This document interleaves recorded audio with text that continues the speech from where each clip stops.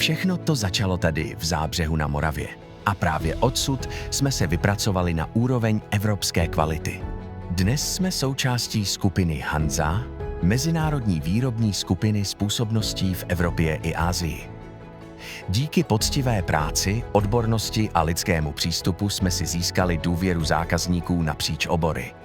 Specializujeme se zejména na výrobu rozvaděčů nízkého napětí, kde ruční práce, zkušenosti a důraz na detail dávají našim výrobkům to, co je dělá výjimečnými.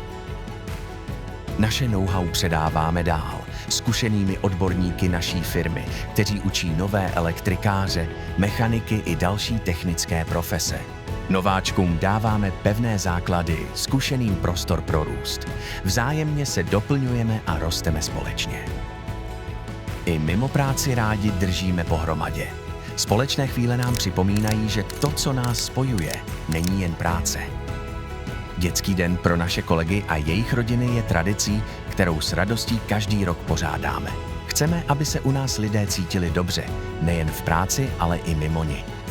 To nejdůležitější zůstává. Lidé, vztahy, poctivá práce.